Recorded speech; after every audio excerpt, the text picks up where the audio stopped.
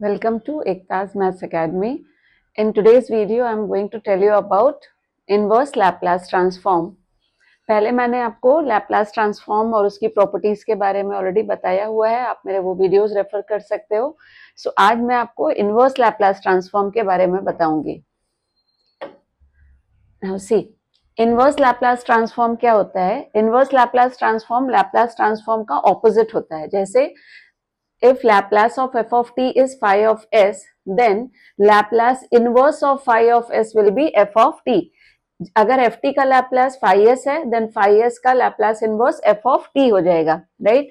मैंने जैसे पहले बताया हुआ है कि हम लोग लैप्लास लेते हैं तो वो हमेशा फंक्शन ऑफ एस आता है, लैप्लास इनवर्स लेंगे तो वो हमेशा फंक्शन ऑफ टी आएगा. फॉर एग्जाम्पल, अगर मैंने बोला we know that Laplace of e raised to at is 1 upon s minus a, ये मैंने पहले आपको बताया हुआ है.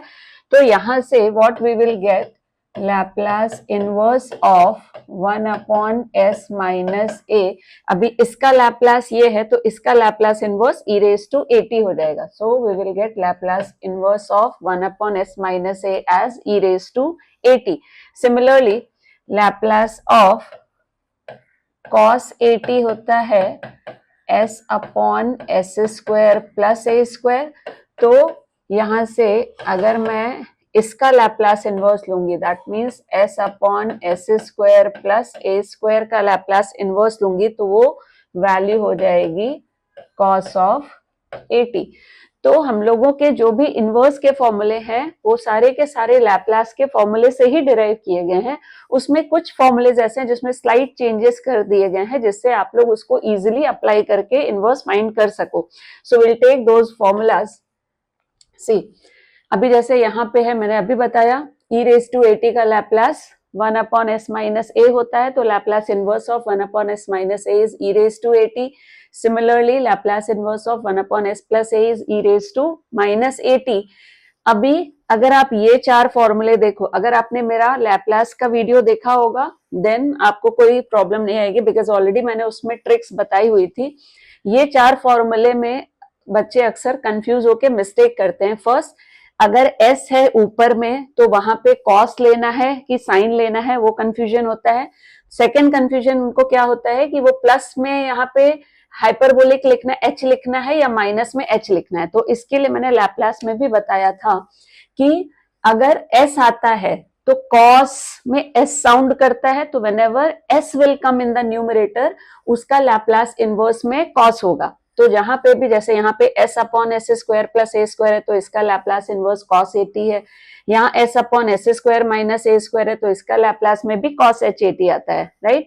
अब बात आती है कि कहाँ पे एच ए टी आएगा, कहाँ पे normal trigonometric cos A T आएगा, कहाँ cos एच ए टी आएगा.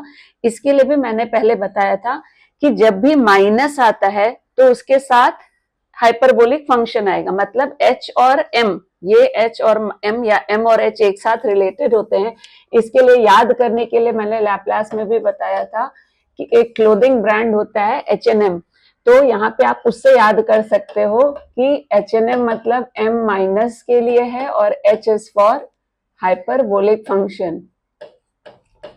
तो माइनस होगा तो h आएगा, h होगा तो माइनस आएगा. तो जब भी s upon S square minus ए स्क्वायर है तो s आया तो cos, तो उसमें cos आ जाएगा, और माइनस है तो H&M से ये वैल्यू यहाँ पे h होके cos ऑफ h at हो जाएगी.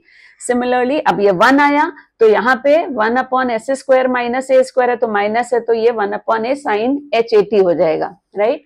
Now the next one is Laplace inverse of 1 upon s raised to n is t raised to n minus 1 upon gamma n, and Laplace of 1 upon s raised to n will be t raised to n minus 1 upon n minus 1 factorial. ये formula हम लोग use करेंगे when n is a positive integer, okay.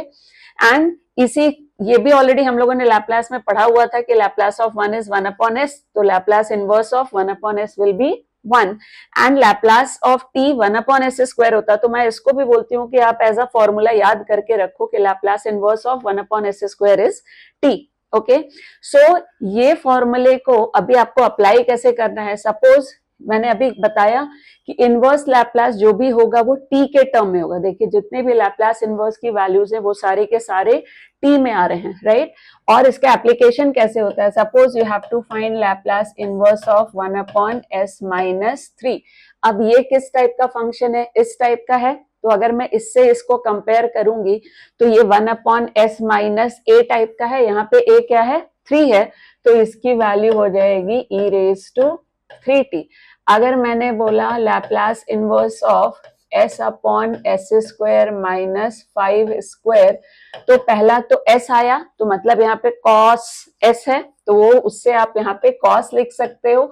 अब यहाँ पे cos h आएगा कि cos 80 आएगा या cos h 80 आएगा, उसके लिए मैंने बोला माइनस होगा तो हम लोगों को हाइपरबोलिक यूज करना है, तो ये माइनस आ गया, तो ये h हो जाएगा। और s/s² - a² का फॉर्मूला होता है cos h 80, तो ये cos h 5t हो जाएगा, राइट। नाउ अगर हम लोगों को लैप्लास इनवर्स ऑफ से 1/s⁵ की वैल्यू फाइंड करनी है, तो ये अभी इस टाइप का हुआ, तो इसकी वैल्यू क्या हो जाएगी, 1/s⁴n से कंपेयर करेंगे तो n इज हियर 5, तो इसकी वैल्यू हो जाएगी t⁵ मतलब 4/5 - 1 मतलब 4 फैक्टोरियल। ओके, अभी मुझे suppose Laplace inverse of suppose 1/s⁵² की वैल्यू फाइंड करनी है। अब ये फ्रैक्शन में है, तो फ्रैक्शन में मैंने बोला कि ये वाली फॉर्मूला तभी अप्लाई होगा जब n पॉजिटिव इंटीजर है। अब ये अगर फ्रैक्शन में आ गया तो फ्रैक्शन के लिए हम लोग ये फॉर्मूला यूज करेंगे, एंड देन ये वैल्यू क्या हो जाएगी, t⁻n-1, तो 3/2 - 1 करेंगे तो t⁻½ हो जाएगा, या रादर मैं आपको दिखा देती हूँ, it will be t⁻n-1 upon gamma n, gamma n is here 3/2, तो अब ये क्या हो जाएगा, इसकी वैल्यू हो जाएगी t⁻½ 3/2 - 1 करेंगे, एंड gamma n की वैल्यू होती है n-1, gamma n-1। ये भी मैंने अपने लैप्लास की वीडियो में आपको gamma फंक्शन के बारे में बताया था कि कैसे लिखते हैं, तो मैंने बताया था कि अगर gamma 3/2 लिखना होगा तो न्यूमरेटर में से 2 माइनस करेंगे, तो यहाँ पे 1/2 हो जाएगा, and again we will write gamma 1/2। तो ये तो अब इसको फर्दर सिंप्लीफाई कर सकते हैं, वो मैं जस्ट नहीं बता रही हूँ, I am just telling you how to use these formulas to find the values of the functions. So ये इनवर्स लैप्लास का फॉर्मूला है, इसको अच्छे से आप बाहर करोगे, then you can solve the sums based on inverse Laplace transform easily. Okay, so that is all about for the formulas of inverse Laplace. In the next lecture we will start with the properties, means the sums based on linearity property, because how to find inverse using linearity property.